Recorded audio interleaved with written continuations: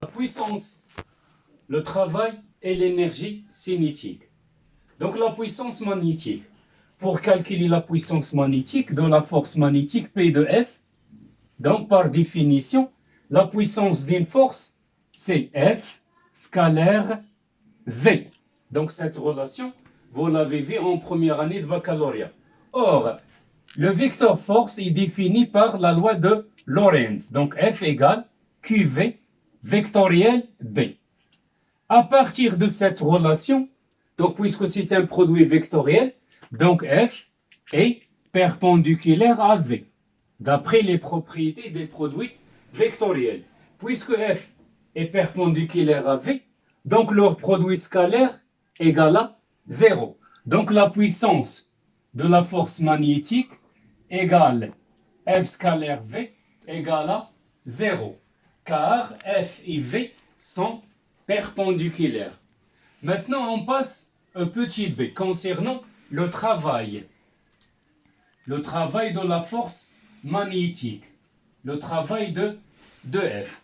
Par définition, le travail de la force magnétique durant le déplacement de A vers B de la force magnétique, c'est tout simplement la puissance de F multipliée par la durée pour effectuer ce travail pendant A et B.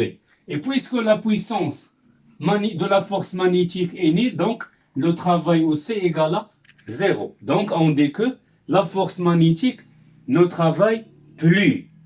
Donc troisième, ce paragraphe, c'est petit c, concernant l'énergie cinétique.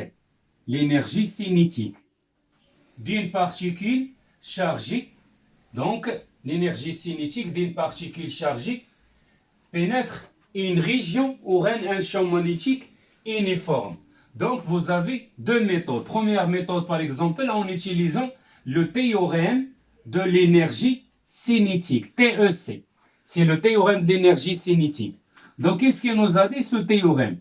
Ce théorème nous a dit que la variation de l'énergie cinétique entre le point A et B égale la somme des travaux des forces extérieures exercées sur la particule entre A et B.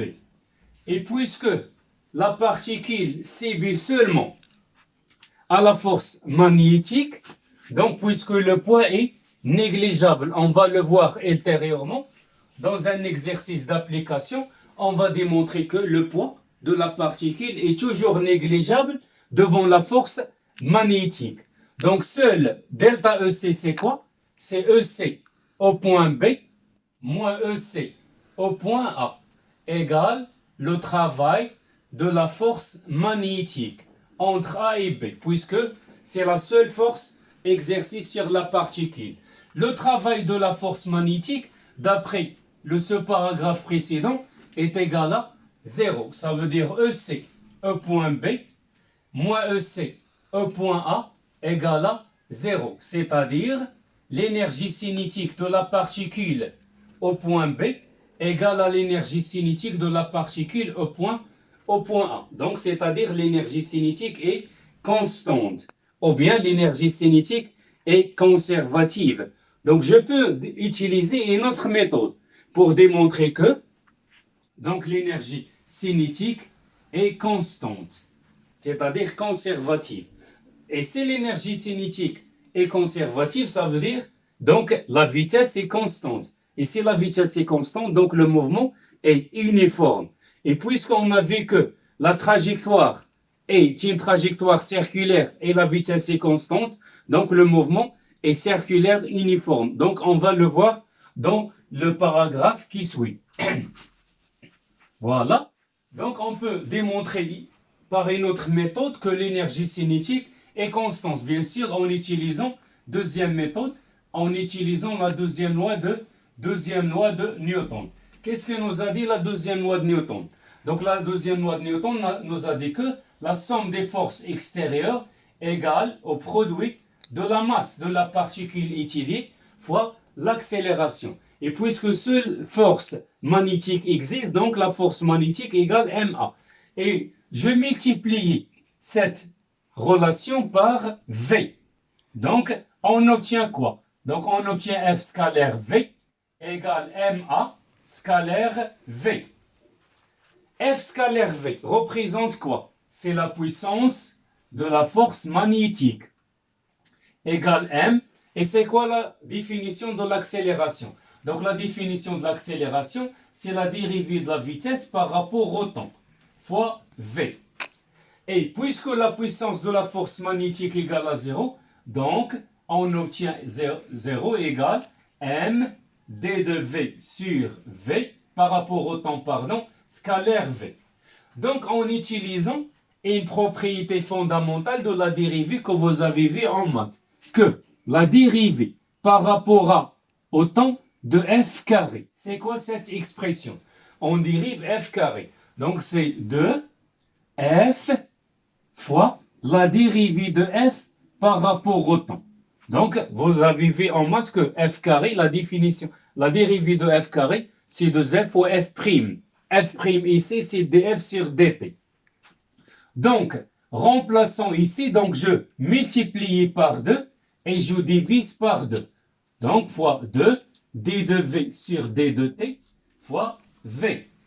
Donc, 2 dv sur dt scalaire v. 2f df sur dt. Donc, cette expression est remplacée par celle-là. Donc, on obtient 1 sur 2, m, la dérivée par rapport au temps de v au carré. Et v au carré, c'est le carré scalaire. Et le carré scalaire, bien sûr, c'est le module de v. Donc, on obtient quoi? Donc, on obtient la 1 demi m d sur d de t de v au carré égale à 0.